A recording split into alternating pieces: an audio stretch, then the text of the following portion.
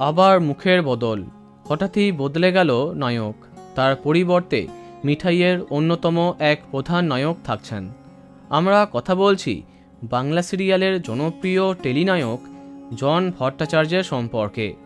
বাংলা টেলিপর্দায় তিনি যে কত জনপ্রিয় সেটা বলার দরকার নেই।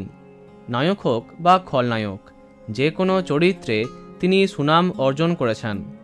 নজর, রিমলি, আলোর ঠিকানাতে নায়ক চরিত্রে তাকে দেখেছে দর্শক, তবে মিঠাইতে খল চরিত্রে সকলের মন জয় করেছিলেন।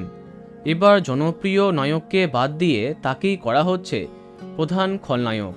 আমরা কথা বলছি দেব যিশুর আপকামিং সিনেমা খাদানের সম্পর্কে। গোলন্দাজ এবং প্রধানের পরে দেবের খাদান ছবিতে বনি সেনগুপ্তকে সরিয়ে তার জায়গাতে ভিলেন হিসেবে দেখা যাবে জন ভট্টাচার্যকে। প্রসঙ্গত উল্লেখ্য, প্রথমে বনি সেনগুপ্তকে এই চরিত্রের জন্য বাছাই করা হয়, কিন্তু তিনি খল চরিত্র না করতে চাওয়াতে তাকে বাদ দিয়ে জনকে কাস্ট করা হয়েছে। এখন দেখা যাক কেমন হয় জনের নতুন লুক। তো বন্ধুরা, কে কে এক্সাইটেড কমেন্টে জানাতে পারো।